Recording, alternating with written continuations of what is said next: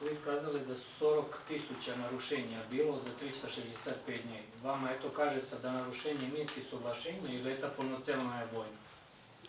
You mentioned that you registered above 40,000 violations during the year. Do you still consider them to be violations of Minsk agreements or a fully fledged war? There were 401,000 violations. Количество зафиксированных нарушений было 401 тысяча. And the Minsk agreements clearly stipulate that the sides should not use any weapons, so the non-use of weapons has been agreed. Согласно Минским That's a соглашениям, technical term they use. Согласно Минским соглашениям, это совершенно четко прописано, стороны не должны использовать вооружение. То есть использование вооружений – это нарушение этих соглашений. Это чисто технический термин. And any, I'm not fit. Нарушение Минских соглашений или если вам окажет до этого полноценная война за 365 дней, если так идет? The question is repeated, so if the scale Yes, of violation is... I'm not finished yet. Я еще не закончил.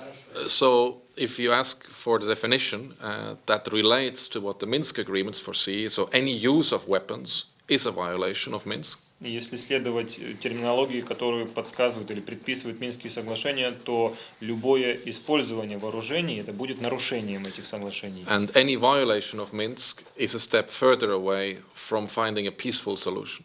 А любое нарушение Минских соглашений это шаг в сторону от поиска мирного решения. Of course.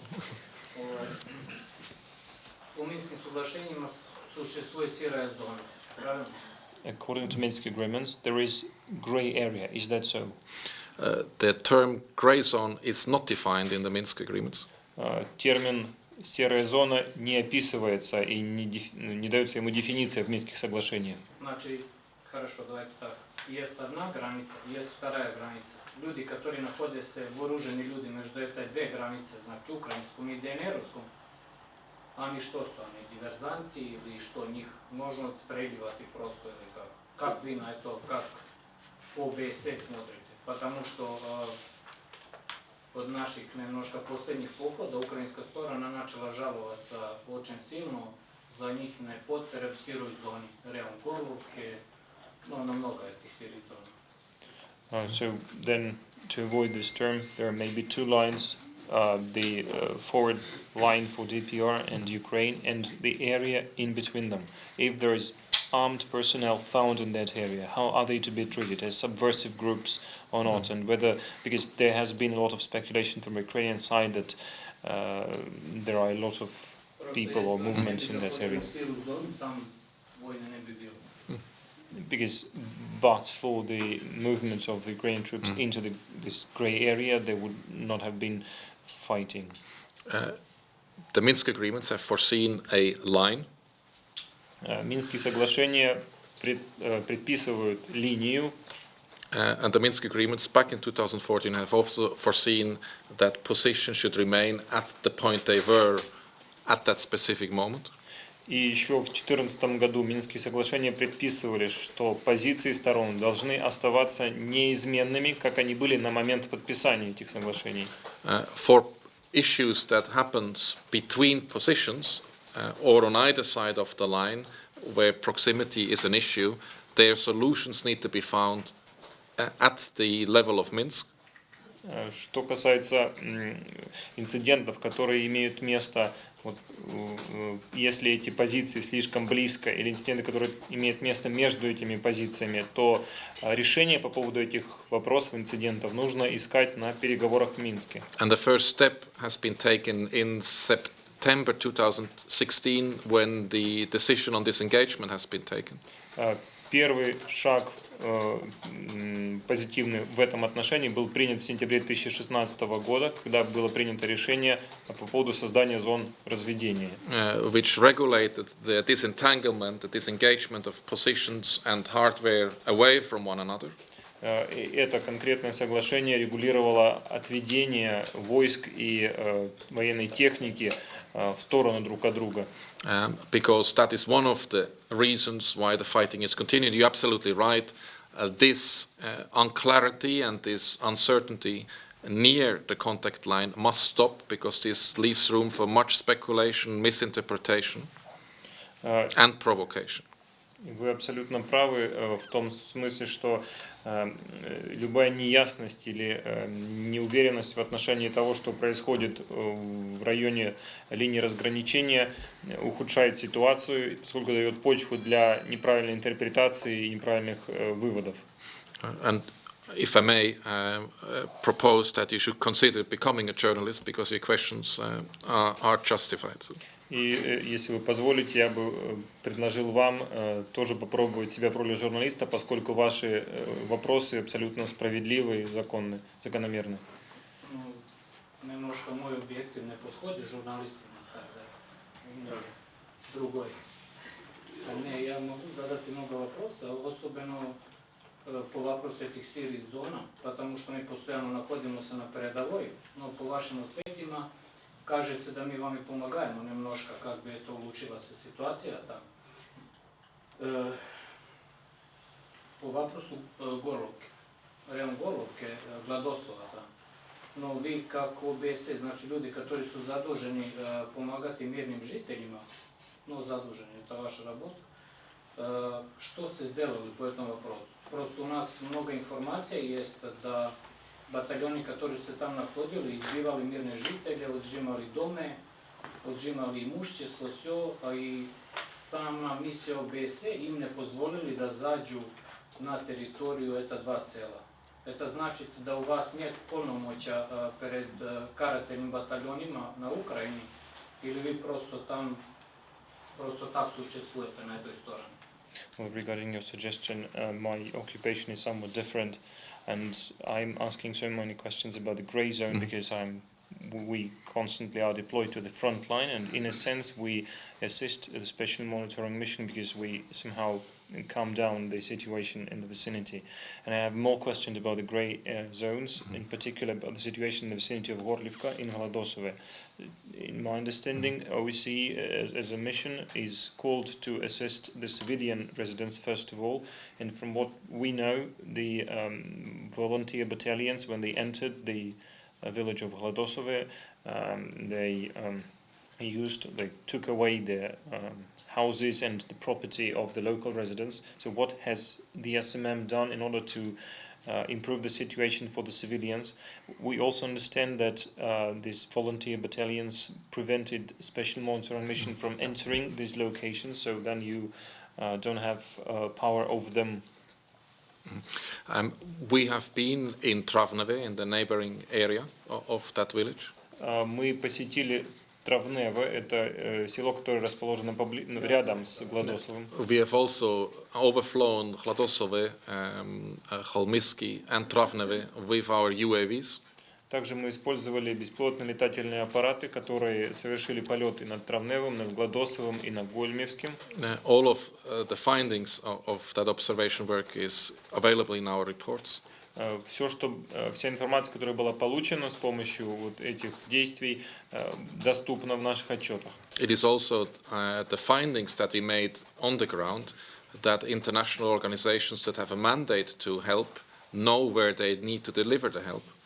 И в том числе благодаря тому, что было факты, которые были установлены нами, позволили организациям, в которых в мандате прописана помощь гражданскому населению, понять, где их помощь нужна, где она востребована. But ultimately, it's the sites that have it in their hands to stop the further engagement, to stop the further build-up, stop the further building of trenches, and work towards de-escalation rather escalation.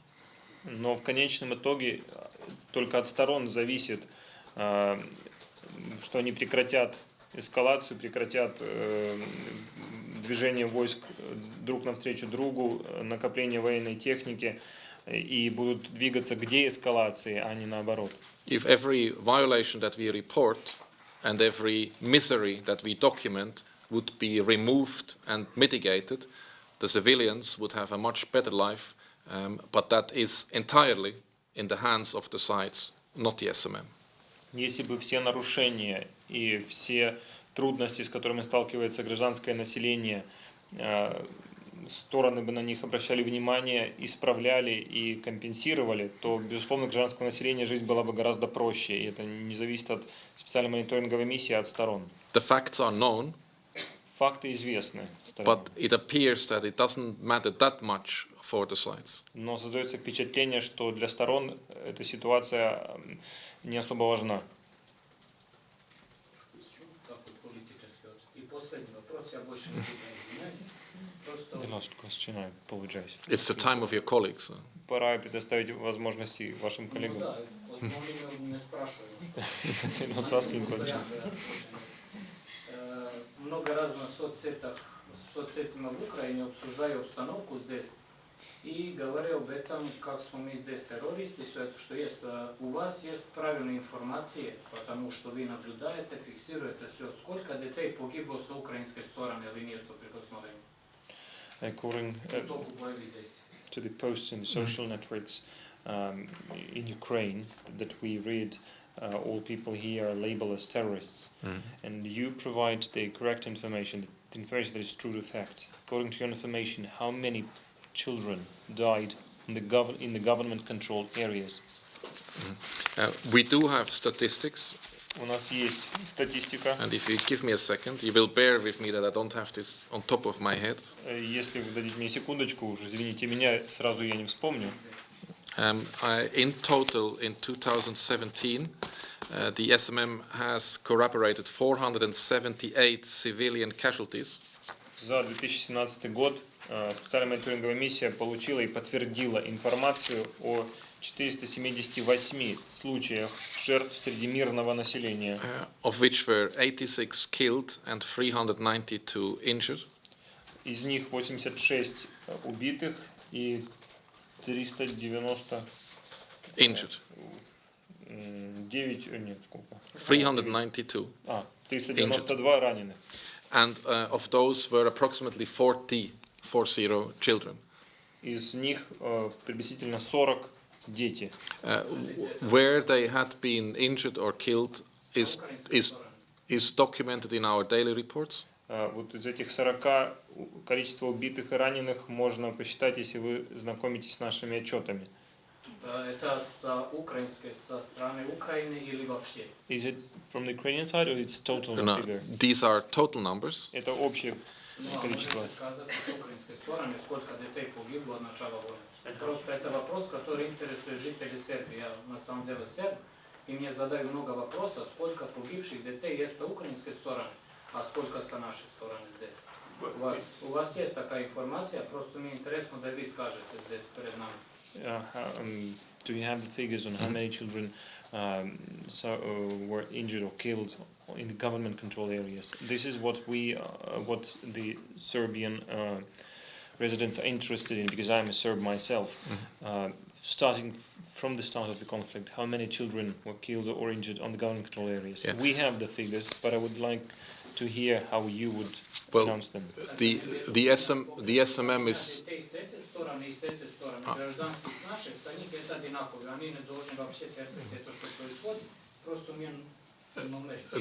the SMM is tasked to monitor. На специальную мониторинговую миссию возложена задача наблюдать, But I will not spare you from reading our reports. но я не лишу удовольствия и необходимости прочитать наши отчеты. Each single civilian casualty, the 478, had been detailed in our 336 reports last year. Все из этих 476 случаев подробно описаны в наших 336 отчетах за прошлый год. And rather than trying to finger point, I advise everyone to accept the reality. И вместо того, чтобы указывать пальцем на виноватых, я бы призвал всех признать реальность, смотреть в лицо фактам. And that starts by reading our reports. И для начала хотя бы читать наши отчеты. If you would read our reports, Если вы будете их читать, you would have the answer to your question. тогда вы получите ответ на свой вопрос. Значит, вы просто не хотите ответить, потому что это вопрос вам очень так не угодно. Then I deduce that you just don't want to answer this question because it is not very comfortable for you. No, I have answered the question. I do it every day in our daily reports. Вам не надо политикой заниматься, потому Потому что не отвечаете на вопросы никогда. Хорошо, я больше не буду. We answer the question every day in our daily reports. Дали сте ответ на мой вопрос. Спасибо. Каждый день в наших отчетах мы отвечаем на вопросы. Я понял, что I understood. Okay.